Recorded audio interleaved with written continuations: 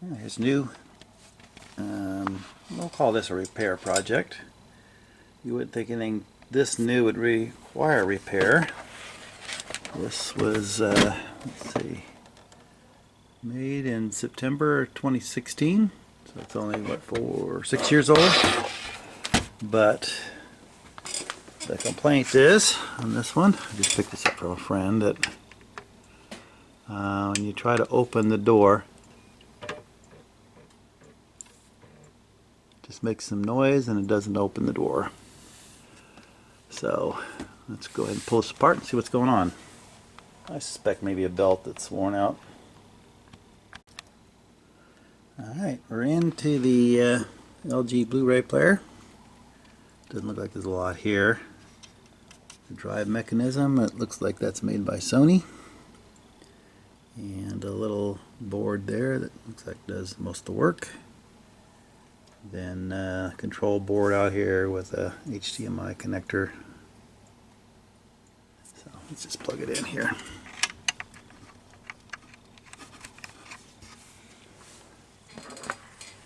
And turn it on, and there we go. Light shades on. So the noise I was hearing before was just this little motor here that's connected to the laser carriage, so it's doing a little seeking. I hit the on off, hit the open and close, and nothing happens except for it tries to seek again. So I guess I'll have to pull this off and see, look underneath the drive and see if there's something that's supposed to open the door. And just 2 screws here, 1 on each side, and 3 little connectors, and the drive mechanism pops right out. Now, there's the motor right there that drives the carriage, and there's, almost looks like there's a little teeny one right there that maybe does some fine adjustments of the laser, I suppose. There's a one here that maybe through a belt turns the the spindle for the CD. I can't really see that yet, so maybe I need to take this off here. Take a look underneath there and see what's there. Okay, got the cover off here. And 2 things look to be apparent here. It looks like this is a direct drive motor. Got a little circuit board right down there, so I think that's what turns the spindle motor. And that laser looks real clean, so I don't think we're going to need to do any cleaning on that, which is kind of what I expect because this is fairly new. So on the bottom, if you get real close, I don't know if I can do it with the camera, but see the label says tray in, tray out, motor plus and minus. So this seems to be the little control board which controls the tray in and out motor. So I might do a little research and see if that's what, a 5-volt motor or 12 volts, see if I can find out what the voltage is, and apply some voltage to that and see if I can get it to turn. I should have done this right off. Plug this machine into a TV, verify what's wrong with it, but let's go ahead and turn it on here. See what we get. Okay, it's seeking and looking for a disc, and it's finding no disc. Okay, I'm going to hit the open close door here. It's got the little icon that pops up. Tries to open and close, and it still finds no disc. So, I mean, we know that's true because there's no disc here, and we're not getting a door opening. So, that looks like the problem. I took the one screw out here that holds this little board down that controls the power. It looks like going to the tray in out motor, and there's some little switches back here. I'm sure they are contacting little plastic pieces down in there, so I might just spray these with deoxit here and see if I can clean them out.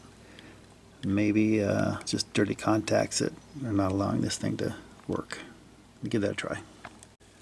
I got a good dousing of deoxit D5 contact cleaner on these switches, and kind of after you spray it in, you kind of have to operate these a number of times just to get it to clean the contacts. So I'll put this back together and see if that helped. Here we go. Power on. It's still doing the seeking, but it's not opening the door still, and we're still getting a no disc indication.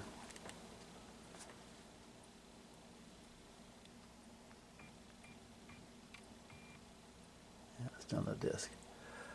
Okay, so maybe that door is physically jammed, or that's got a motor control problem. Time to keep looking. Well, a lot of these, there's an accessible little crank or something to manually open these doors. I couldn't find one on this drive.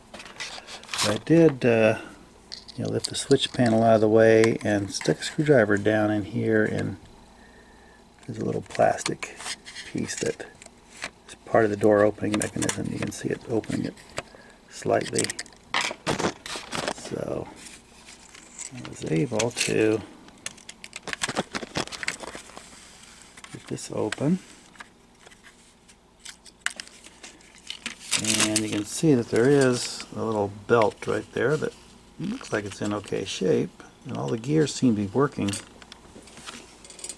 I might take that belt off and clean it with some acetone and reinstall it and see if that does anything. Well, maybe I'll reinstall this in first and see if that motor is actually turning before we go too far on the belt. Let's try that. Okay, here we go. And look at that. There's no disc in there, so it opens back up again. So it's going to try one more time. Okay. So, oh, I didn't put the switches down back in here, so let me put those back together and I'll reassemble this since it seems to be working. Alright, got the drive remounted and those switches reinstalled. I had forgotten to put those on. So let's power this guy up now. See what it does. There it goes, little light comes on. And it seems to be doing about the same thing. It says no disc, but let's try to open the door up. Hey, look at that. Okay, try a Blu-ray disc in here. Close. There it goes, it spins up. It says, oh, found a Blu-ray disc. I think I'll just start playing it.